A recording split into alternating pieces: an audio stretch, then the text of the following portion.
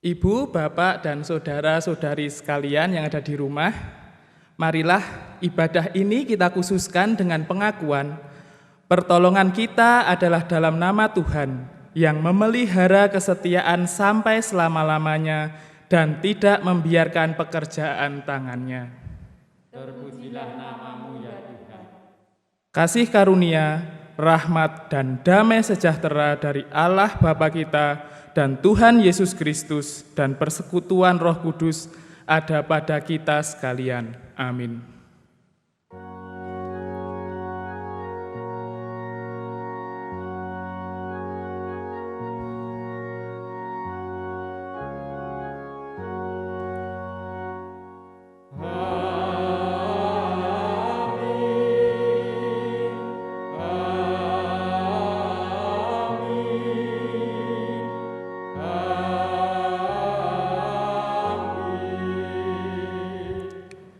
Jemaat dipersilakan untuk duduk. Marilah kita memuji dan memuliakan nama Tuhan dengan segenap jiwa kita, dengan bersama-sama mengidungkan Kidung Jemaat nomor 9, bait yang pertama. Puji hai jiwaku, puji Tuhan.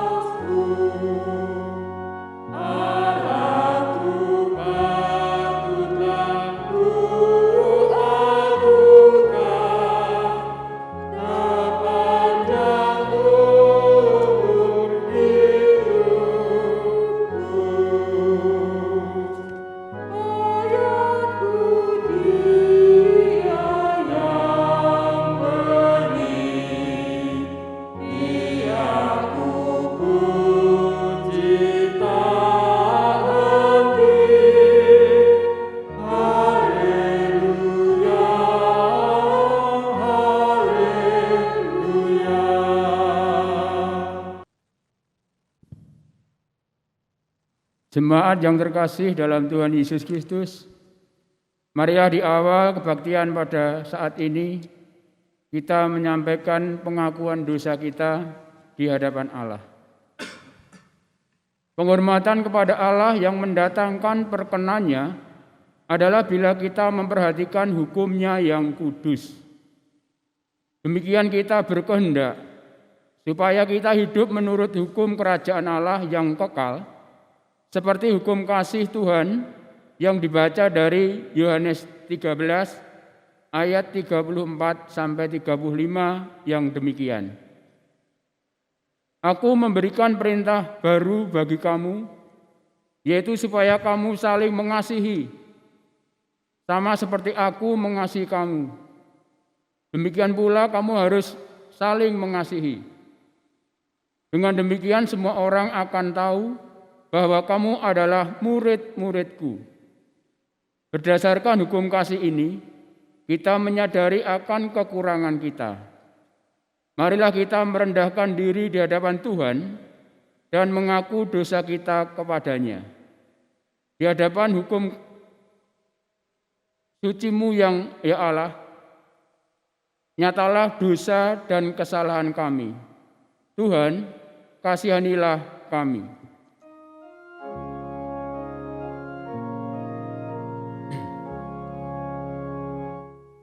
Tuhan kasihani kami,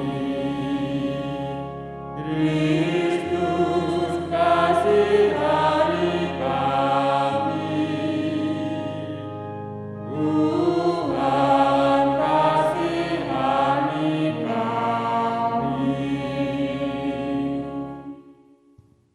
Ya Allah, melalui kesadaran cipta kami akan keagungan rahmat-Mu, buatlah kami bersyukur dalam segala hal, berbuatlah jiwa kami rindu untuk selalu berhimpun di sekitar sabda-Mu, sehingga rasa kami menyatu dengan kehendak-Mu yang menyelamatkan. Tuhan, kasihanilah kami.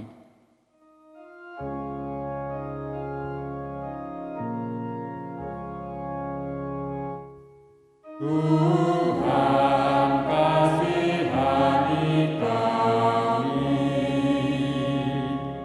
Kristus, kasihani kami. Tuhan, kasihani kami.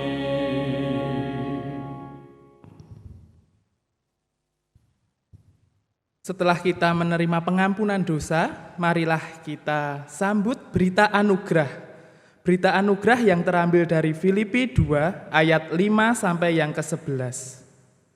Hendaklah kamu dalam hidupmu bersama, menaruh pikiran dan perasaan yang terdapat juga dalam Kristus Yesus, yang walaupun dalam rupa Allah, tidak menganggap kesetaraan dengan Allah itu sebagai milik yang harus dipertahankan, melainkan telah mengosongkan dirinya sendiri dan mengambil rupa seorang hamba dan menjadi sama dengan manusia.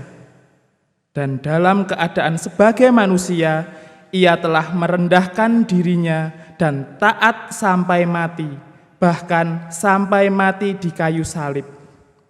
Itulah sebabnya Allah sangat meninggikan dia dan mengaruniakan kepadanya nama di atas segala nama, supaya dalam nama Yesus bertekuk lutut segala yang ada di langit dan yang ada di atas bumi dan yang ada di bawah bumi, dan segala lidah mengaku Yesus Kristus adalah Tuhan, bagi kemuliaan Allah Bapa. Selanjutnya petunjuk hidup baru terambil dari Filipi pasalnya yang pertama ayat 27 sampai yang ke-30. Hanya hendaklah hidupmu berpadanan dengan Injil Kristus, supaya apabila aku datang, aku melihat, dan apabila aku tidak datang, aku mendengar, bahwa kamu teguh berdiri dalam satu roh, dan sehati sejiwa berjuang untuk iman yang timbul dari berita Injil, dengan tiada digentarkan sedikit pun oleh lawanmu. Bagi mereka semuanya itu adalah tanda kebinasaan, tetapi bagi kamu tanda keselamatan, dan itu datangnya dari Allah. Sebab kepada kamu dikaruniakan bukan saja untuk percaya kepada Kristus, melainkan juga untuk menderita untuk Dia, dalam pergumulan yang sama seperti yang dahulu kamu lihat padaku, dan yang sekarang kamu dengar tentang aku. Demikianlah berita anugerah dan petunjuk hidup baru untuk kita.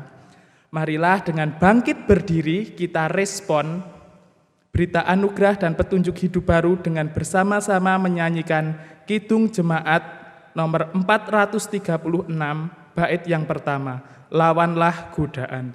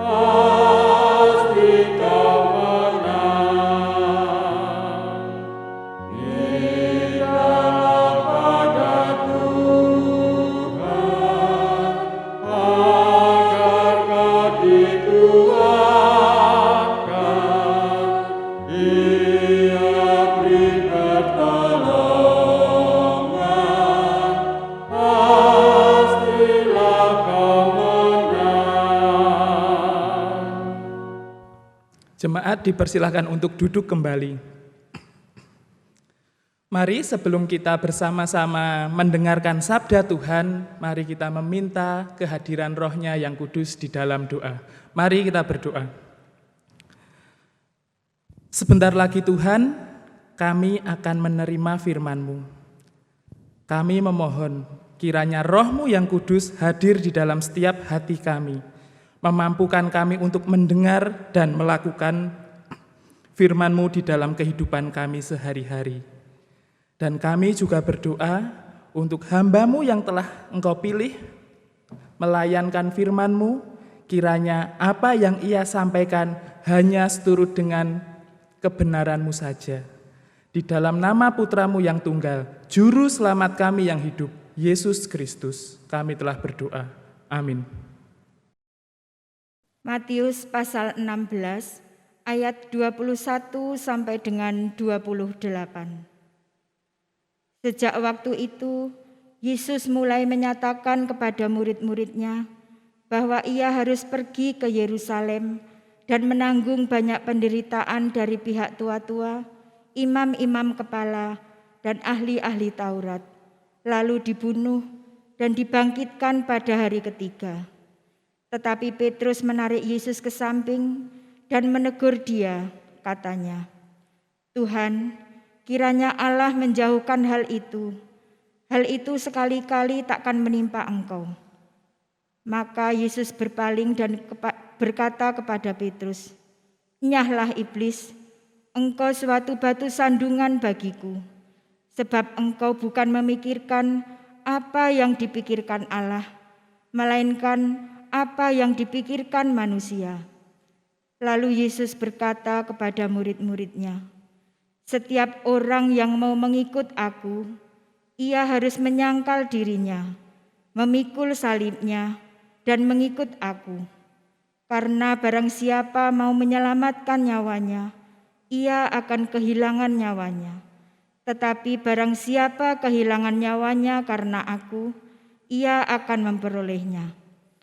Apa gunanya seorang memperoleh seluruh dunia, tetapi kehilangan nyawanya? Dan apakah yang dapat diberikannya sebagai ganti nyawanya? Sebab Anak Manusia akan datang dalam kemuliaan Bapa-Nya, diiringi malaikat-malaikatnya. Pada waktu itu, ia akan membalas setiap orang menurut perbuatannya. Aku berkata kepadamu, sesungguhnya di antara orang yang hadir di sini, ada yang tidak akan mati sebelum mereka melihat Anak Manusia datang sebagai Raja dalam kerajaannya." Demikianlah pembacaan Injil menurut kesaksian Matius. Yang berbahagia adalah mereka yang mendengarkan sabda Tuhan. Haleluya.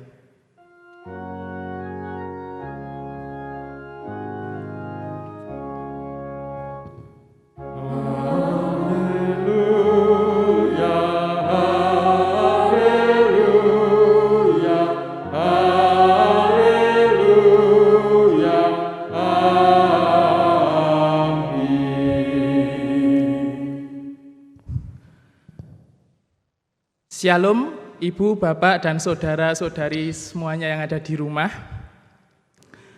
Menjadi murid bukanlah perkara yang mudah. Menjadi murid bukanlah perkara yang mudah karena banyak sekali tantangan-tantangan yang dihadapi oleh seorang murid. Di dalam hal ini adalah pengikut Kristus. Seperti misalnya kita bayangkan ketika kita berada di bangku sekolah, kita sangat malas sekali membaca, kita sangat malas sekali untuk mengerjakan tugas. Itulah tantangan murid, kemalasan. Itu kalau di lingkup akademis. Nah, di dalam bacaan ini lingkupnya adalah hidup keimanan, menjadi murid, menjadi pengikut Kristus. Nah, tentu saja ini juga bukan perkara yang mudah. Bukan perkara yang sederhana.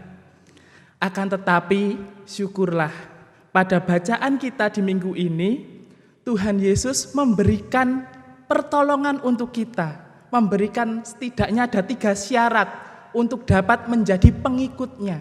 menjadi pengikut yang berintegritas, yakni apa yang ada di dalam pikiran, perkataan, dan tindakan selaras. Bagaimanakah menjadi pengikut yang berintegritas? Mari kita masuk ke dalam teks Injil kita pada minggu ini. Di dalam Injil ini, di dalam Injil Matius 16 ayat yang ke-21 sampai yang ke-28, di situ dikisahkan pada saat itu Tuhan Yesus beserta dengan para murid sudah sampai di Kaisarea di Filipi. Dan sampai di sana Tuhan Yesus mengadakan percakapan, dialog antara Tuhan Yesus dengan para murid. Di dalam dialog itu pertama diajukan adalah siapakah aku? Aku di sini Tuhan Yesus menurut pandangan para murid. Banyak sekali jawaban yang muncul. Akan tetapi ada satu jawaban yang membuat Tuhan Yesus terkesima, yakni jawaban dari Petrus.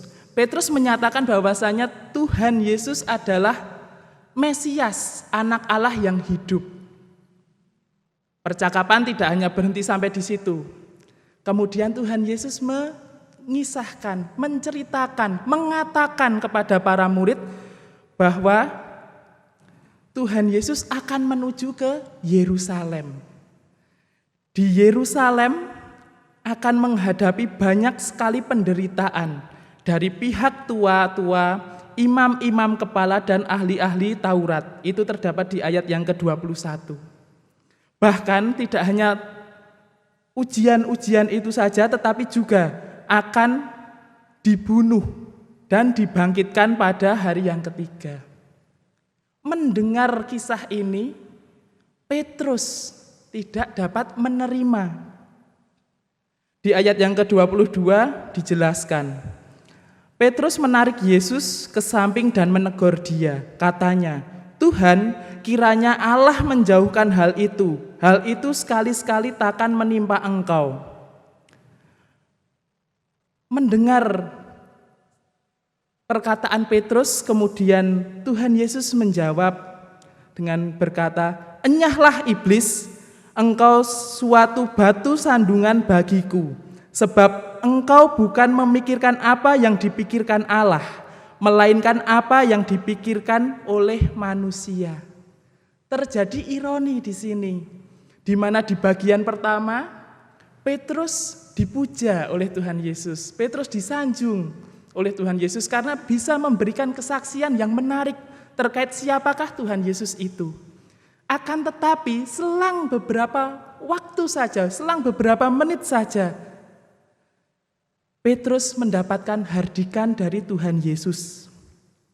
Nah, dari Petrus kita dapat menyadari bahwasanya Petrus memang mencintai Tuhan Yesus karena ia tidak mau dan tidak terima kalau gurunya akan menghadapi ujian-ujian yang berat, bahkan harus mati. Petrus tidak terima. Itu sisi cinta Petrus kepada Yesus. Akan tetapi di sisi yang lain ada tanda bahwasanya para murid, di sini juga termasuk Petrus, belum sepenuhnya memahami misi apa yang dibawa oleh Tuhan Yesus. Di satu sisi Petrus mencintai Tuhan Yesus dengan sangat, tetapi di sisi lain Petrus belum memahami, para murid belum memahami apa sesungguhnya misi yang dibawa oleh Tuhan Yesus. Melihat hal ini, Tuhan Yesus kemudian merespon di ayat yang ke-24. Lalu Yesus berkata kepada murid-muridnya, "Setiap orang yang mau mengikut aku, ia harus menyangkal dirinya, memikul salibnya, dan mengikut aku." 3 syarat yang diajukan oleh Tuhan Yesus. Menyangkal dirinya, memikul salibnya, dan mengikut aku. Hal ini menarik. Tuhan Yesus tidak memaksa, "Ayo, kudu melu aku." Enggak. Tetapi Tuhan Yesus Ayo, siapa yang mau mengikut aku? Ini loh ada 3 syarat. Jadi dikembalikan lagi kepada para murid, mau mengikut aku atau tidak? Tidak ada paksaan. Itu yang menarik. Dan terkait dengan 3 syarat, yang pertama adalah menyangkal dirinya. Nah, menyangkal dirinya di sini adalah menyangkal ego dari para murid itu sendiri. Menyangkal di sini adalah mencoba menekan ego-ego yang seringkali begitu kuat yang dialami oleh para murid. Ego itu harus ditekan, digantikan dengan solidaritas, rasa kesaling pengertian, penuh perhatian, kepedulian dengan yang lain. Jadi menyangkal diri di sini diartikan sebagai ayo tekan egomu, jangan mengedepankan ego. Kita harus mengganti ego itu dengan solidaritas. Itu yang pertama. Dan yang kedua adalah memikul salibnya. Tuhan Yesus menyatakan bahwa pada setiap murid memiliki salibnya masing-masing. Setiap murid memiliki tantangannya masing-masing. Para murid tidak disarankan untuk selak. Para murid tidak disarankan untuk menghindar dari salibnya, akan tetapi justru dengan sadar memikul salibnya. Memikul apa yang menjadi tantangan-tantangan di dalam kehidupan. Dan yang ketiga barulah mengikut aku, mengikut Yesus. Dengan kata lain, para murid disarankan untuk selalu mengarahkan hati kepada Tuhan. Jadi mengikut itu bukan hanya secara fisik, akan tetapi juga sepenuh hati untuk mengarahkan diri kepada Tuhan. Pertanyaannya untuk kita pada saat ini adalah, masih relevankah 3 syarat itu pada konteks kita saat ini, kehidupan kita saat ini? Tentu saja masih. Minggu ini adalah minggu akhir dari bulan Agustus. Tentu saja pekik kemerdekaan masih kita dengarkan, masih kita rasakan. Dan yang seharusnya kemerdekaan itu harus dihayati selama hidup. Nah, berbicara tentang kemerdekaan, tentu saja bangsa Indonesia sudah merdeka. Akan tetapi, berbicara tentang keadaan, berbicara tentang tantangan, bangsa Indonesia tentu saja memiliki tantangan. Dan di sini ada salah satu tantangan yang sudah terjadi sejak lama, akan tetapi belum atau seringkali diabaikan. Tantangan tersebut adalah kerusakan lingkungan, krisis ekologis. Tantangan inilah yang seringkali terabaikan. Nah, saya ingin mengajak kita semua untuk menghayati laku 3 syarat tadi di dalam menghadapi krisis ekologis. Saya ingin mengajak untuk menghayati 3 laku ini di dalam menghadapi perusakan lingkungan.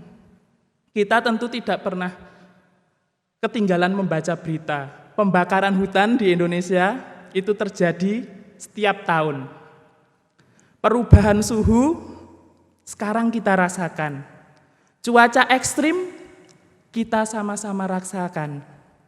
Polusi udara meningkat, limbah banyak terdapat di mana-mana, dan masih banyak lagi. Nah, lalu bagaimana kita sebagai pengikut Kristus, kita sebagai murid Kristus menghadapi situasi dan kondisi seperti ini?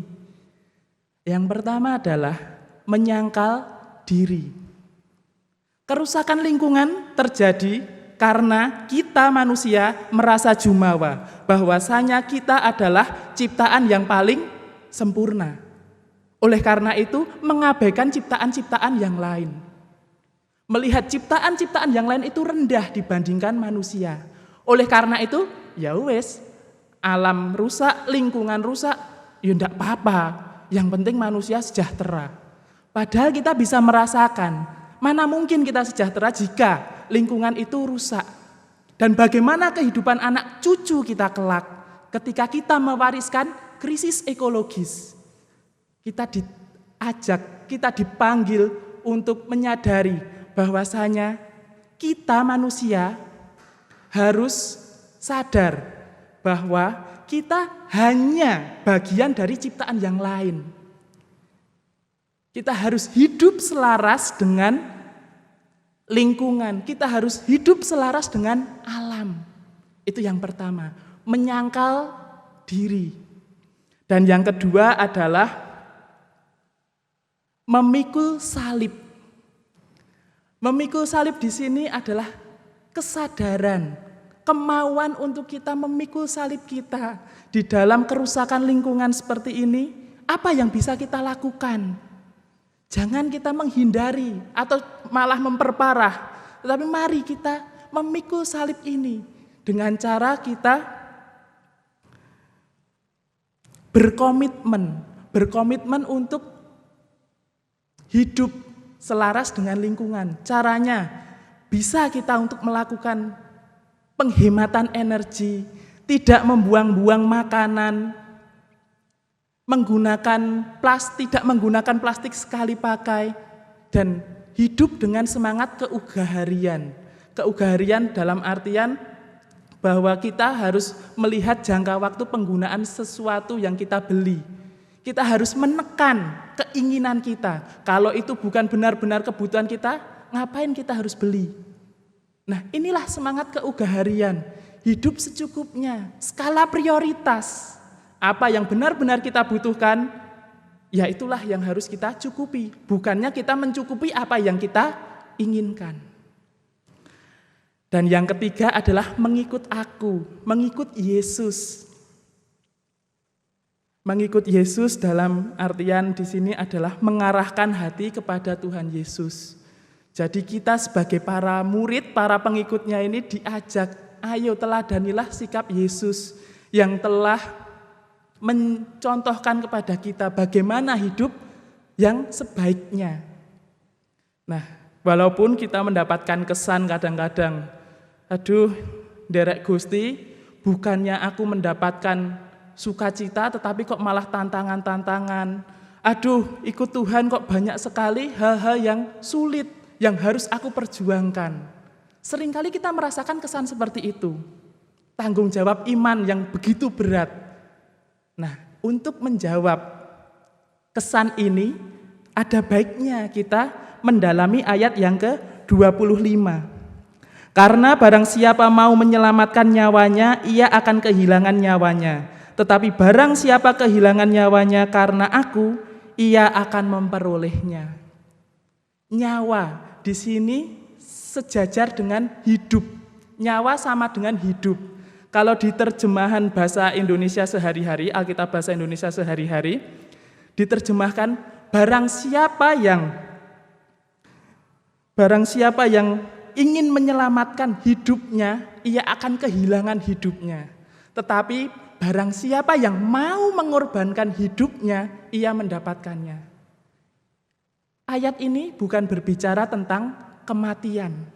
Akan tetapi ayat ini berbicara tentang perubahan, transformasi kehidupan. Dari cara hidup yang lama menuju cara hidup yang baru. Dari sikap hidup yang penuh egoisitas dan keserakahan menuju hidup yang penuh dengan solidaritas. Saling menghargai ciptaan yang lain. Perubahan, transformasi kehidupan. Itulah yang ingin ditekankan oleh ayat ini. Jadi mengikut Tuhan Yesus itu pertama-tama bukan soal berat atau gampangnya, akan tetapi komitmen untuk meneladani ajarannya.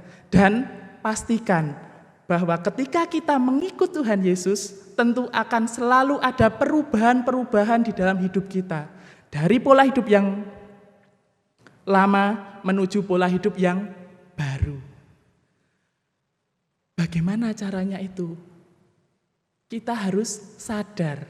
Nah, terkait dengan kesadaran, saya memiliki sebuah kisah yang sangat saya senangi, yakni sebuah kisah tentang seseorang yang menemukan telur elang. Seseorang menemukan telur elang, kemudian menyimpan telur elang itu di dalam telur kandang ayamnya. Jadi orang ini memiliki kandang ayam dan kebetulan ayamnya sedang bertelur, dijadikan satu itu, telur elang dan telur ayam. Selang beberapa hari kemudian menetas semuanya, termasuk telur elang. Anakan elang ini tumbuh besar di dalam komunitas ayam. Tumbuh besar di dalam komunitas ayam sehingga ia menyadari, aku ini bukan elang, aku ini ayam. Pada suatu ketika si elang dengan ayam-ayam yang lain sedang mencari makan, terlihatlah seekor burung yang gagah perkasa terbang di langit. Si elang yang mengira dirinya ayam ini terperangah. Alangkah menyenangkannya ketika aku menjadi burung tersebut. Kemudian ada temannya, yakni seekor ayam yang bilang kepada elang itu namanya burung elang, ia adalah penguasa langit, ia penguasa udara, ia bisa terbang berkilo-kilo dan bisa berjam-jam ia terbang. Sang elang sampai mati, ia tidak menyadari bahwa dirinya adalah elang. Ia mati dengan anggapan aku ini burung, aku ini tidak bisa terbang. Nah, Bapak, Ibu, dan saudara-saudari sekalian, dari kisah ini, seringkali kita tidak menyadari siapa kita. Seringkali egois. Sikap keserakahan kita itu membelenggu diri kita. Sehingga kita tidak menyadari siapakah kita sebenarnya.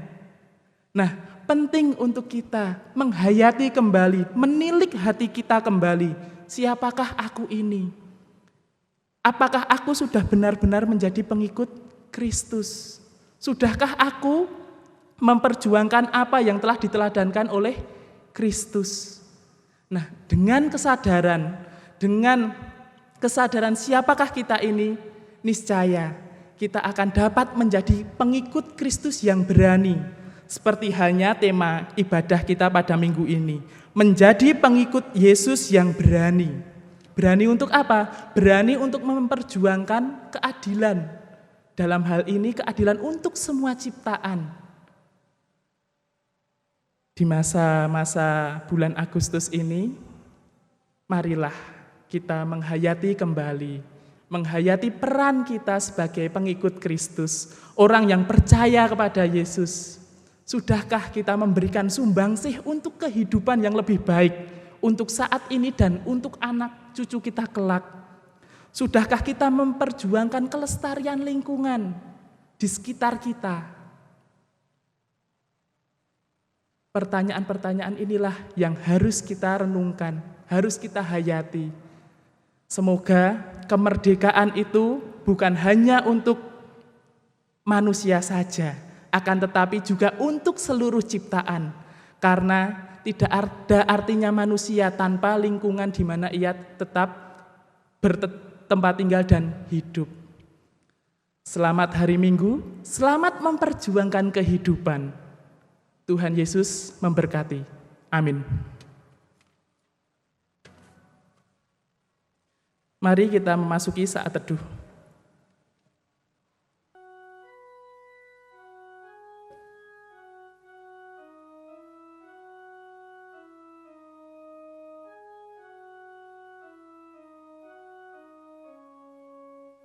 Saat teduh cukup. Bersama dengan umat Tuhan di segala abad dan tempat, marilah kita memperbarui iman percaya kita dengan mengucapkan pengakuan iman rasuli bersama-sama yang demikian.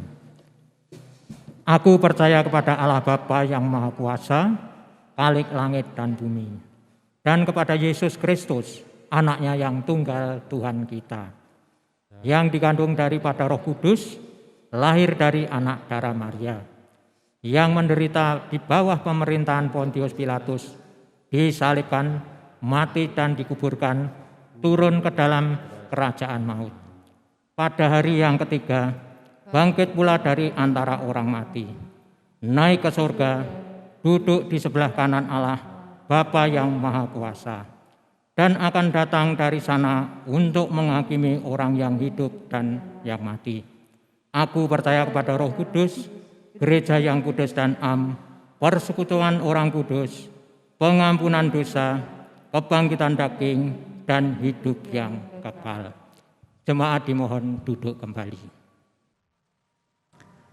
Bapak, Ibu, dan saudara-saudari sekalian yang ada di rumah, marilah kita menaikkan doa syukur kita dan syafaat kita pada minggu ini. Mari kita bersatu hati di dalam doa. Mari kita berdoa.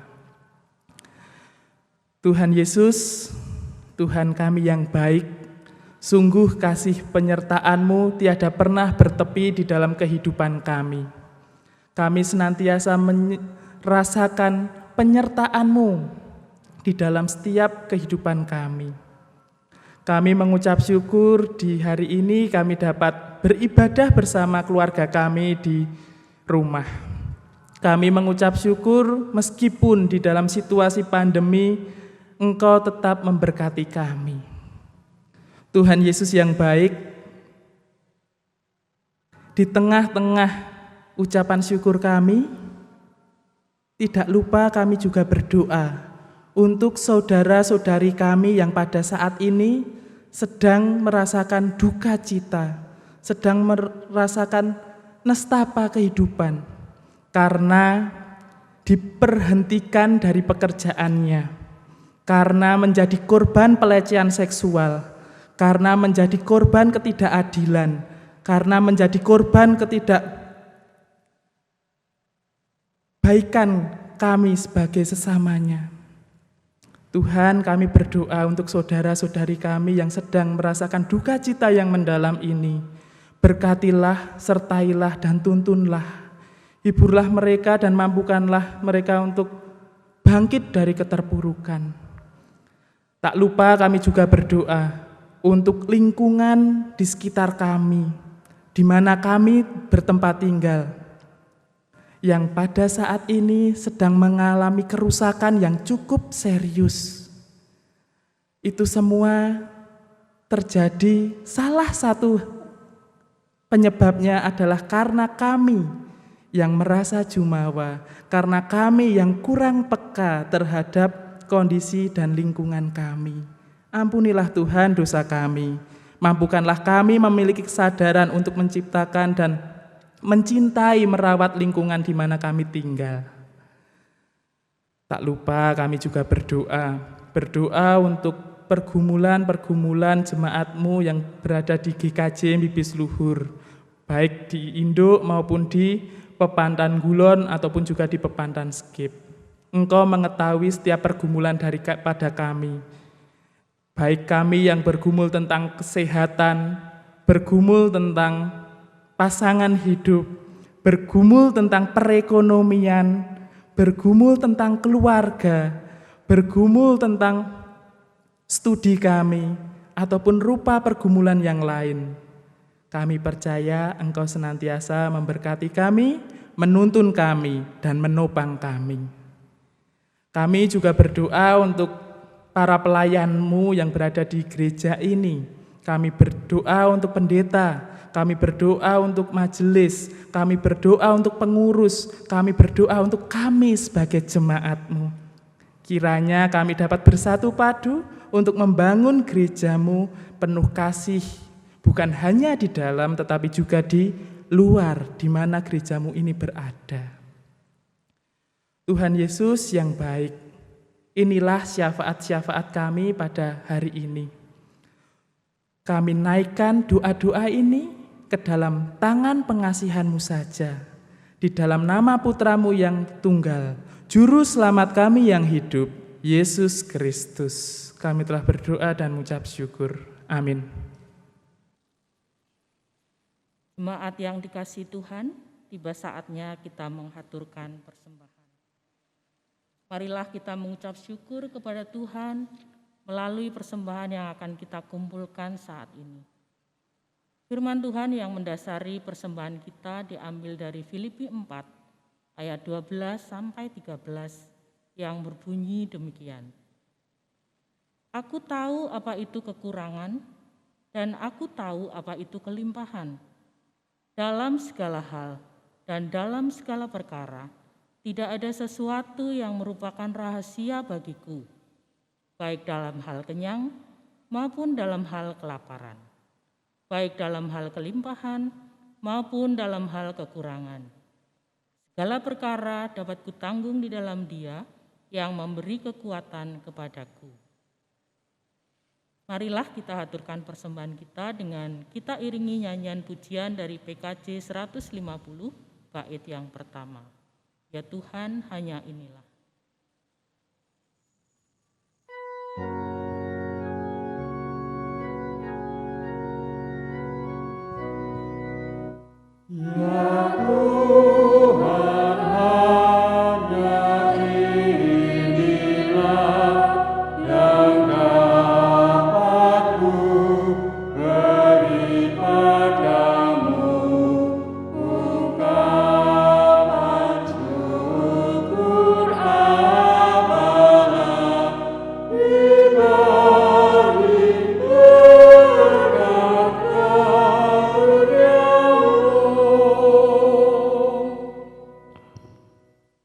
Mari kita berdoa. Bapa yang baik, ucap syukur kami naikkan hanya kepadamu. Oleh karena kasih dan penyertaan-Mu, boleh kami terima dan nikmati hingga saat ini. Kami juga berterima kasih atas firman yang telah Engkau berikan kepada kami melalui Saudara Andinita Yudhistira Adi. Kiranya firman-Mu dapat menjadi kekuatan dan menjadi rema dalam kehidupan kami, yang dapat menerangi setiap langkah hidup kami. Tuhan kiranya juga memberkati Saudara Andinita Yudhistira Adi. Tuhan pakai beliau seturut dengan kehendak-Mu saja. Saat ini kami menghaturkan persembahan sebagai wujud dari ungkapan syukur kami. Kiranya persembahan ini dapat menjadi alat untuk memperluas kerajaan-Mu, dan Tuhan kiranya memberikan hikmat bagi saudara-saudara kami yang mengelola persembahan ini, sehingga kemuliaan-Mu dinyatakan. Sebentar lagi kami akan meninggalkan rumah ibadah ini, pulang ke rumah kami masing-masing. Lindungi kami dalam perjalanan hingga sampai di rumah bertemu dengan keluarga kami dengan selamat. Dan kami juga mau berdoa seperti doa yang Engkau ajarkan. Bapa kami yang di surga, dikuduskanlah nama-Mu, datanglah kerajaan-Mu, jadilah kehendak-Mu di bumi seperti di surga. Berikanlah kami pada hari ini makanan kami yang secukupnya, dan ampunilah kami akan kesalahan kami, seperti kami juga mengampuni orang yang bersalah kepada kami. Dan janganlah membawa kami ke dalam pencobaan, tapi lepaskanlah kami daripada yang jahat, karena Engkau-lah yang punya kerajaan, kuasa, dan kemuliaan sampai selama-lamanya. Amin. Ibu, Bapak, dan juga saudara-saudari sekalian, marilah kita dengan bangkit berdiri, kita menyanyikan nyanyian pengutusan. Kidung Jemaat nomor 429, bait yang ketiga, masih banyak orang berjalan.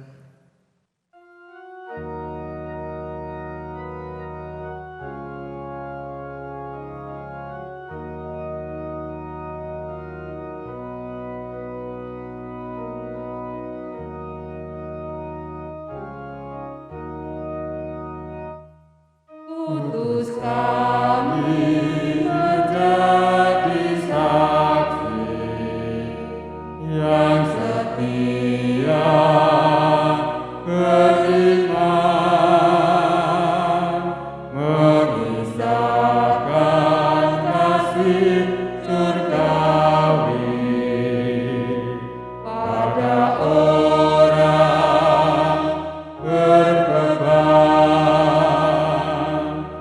Roh Kuduslah yang mengurapi agar kami tetap tekun di dalam kasih melayani setiap orang berkeluh.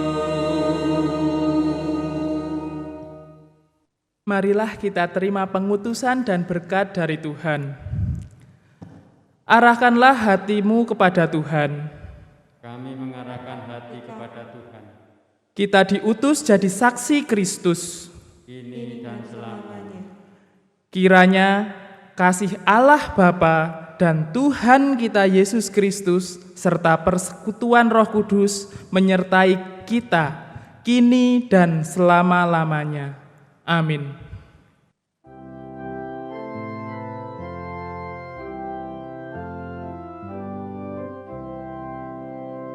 Maju laskar Kristus.